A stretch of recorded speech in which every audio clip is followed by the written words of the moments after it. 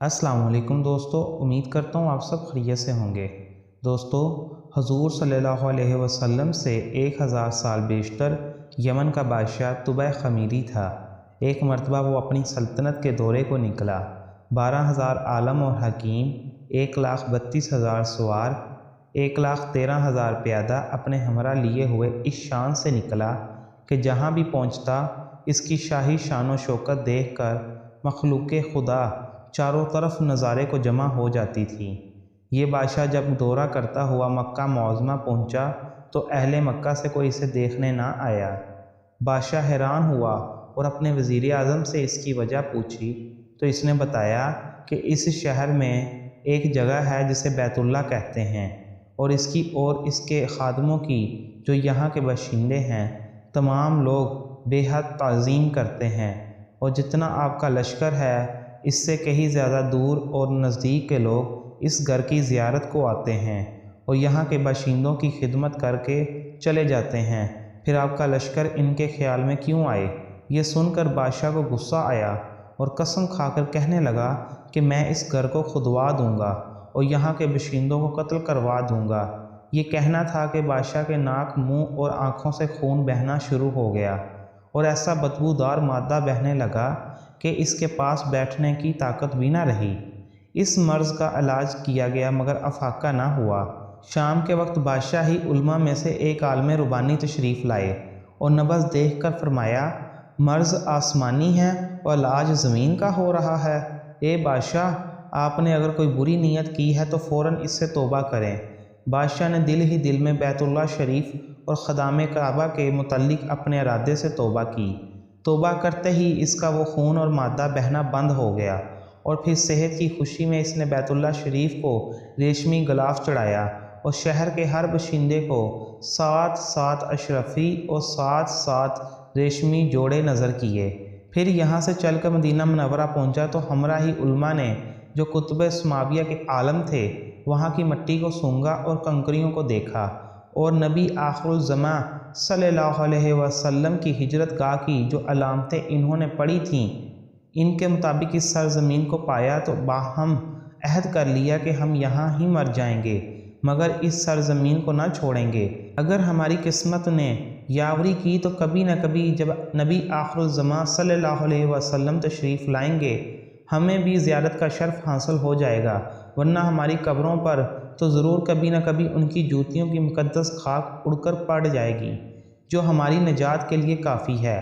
ये सुनकर बादशाह ने इन आलमों के वास्ते 400 मकान बनवाए और इस बड़े आलम रब्बानी के मकान के पास हजूर की खातर एक 2 मंजिला उम्दा मकान तमीर करवाया और वसीयत कर दी कि जब आप सल्लल्लाहु अलैहि वसल्लम तशरीफ़ लाएँ तो ये मकान आपकी आराम गाह हो और इन 400 उलमा की काफ़ी माली इमदाद भी की और कहा कि तुम हमेशा यहीं रहो।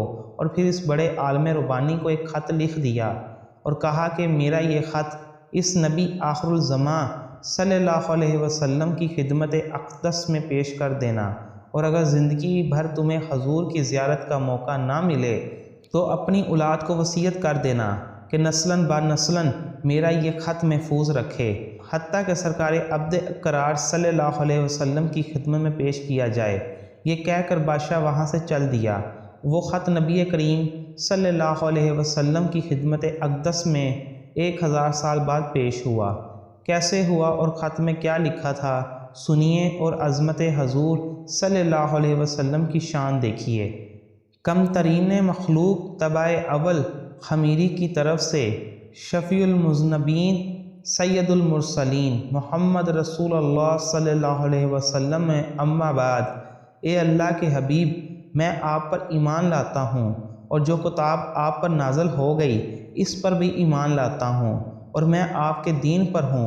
बस अगर मुझे आपकी ज़ियारत का मौका मिल गया तो बहुत अच्छा व गनीमत, और अगर मैं आपकी ज़ियारत ना कर सका तो मेरी शफ़ाअत फरमाना और क़यामत के रोज़ मुझे फरामोश ना करना।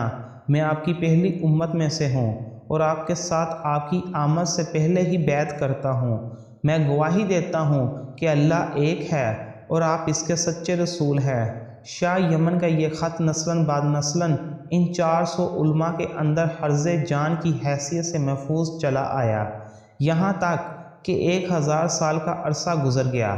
ان علماء کی اولاد اس کثرت سے بڑی کہ مدینہ کی آبادی میں کئی گنا اضافہ ہو گیا، اور یہ خط دستہ بدستہ مع وصیت کے اس بڑے عالم ربانی کی اولاد میں سے حضرت ابو ایوب انصاری رضی اللہ عنہ کے پاس پہنچا، اور آپ نے وہ خط اپنے غلام خاص ابو لیلہ کی تحویل میں رکھا۔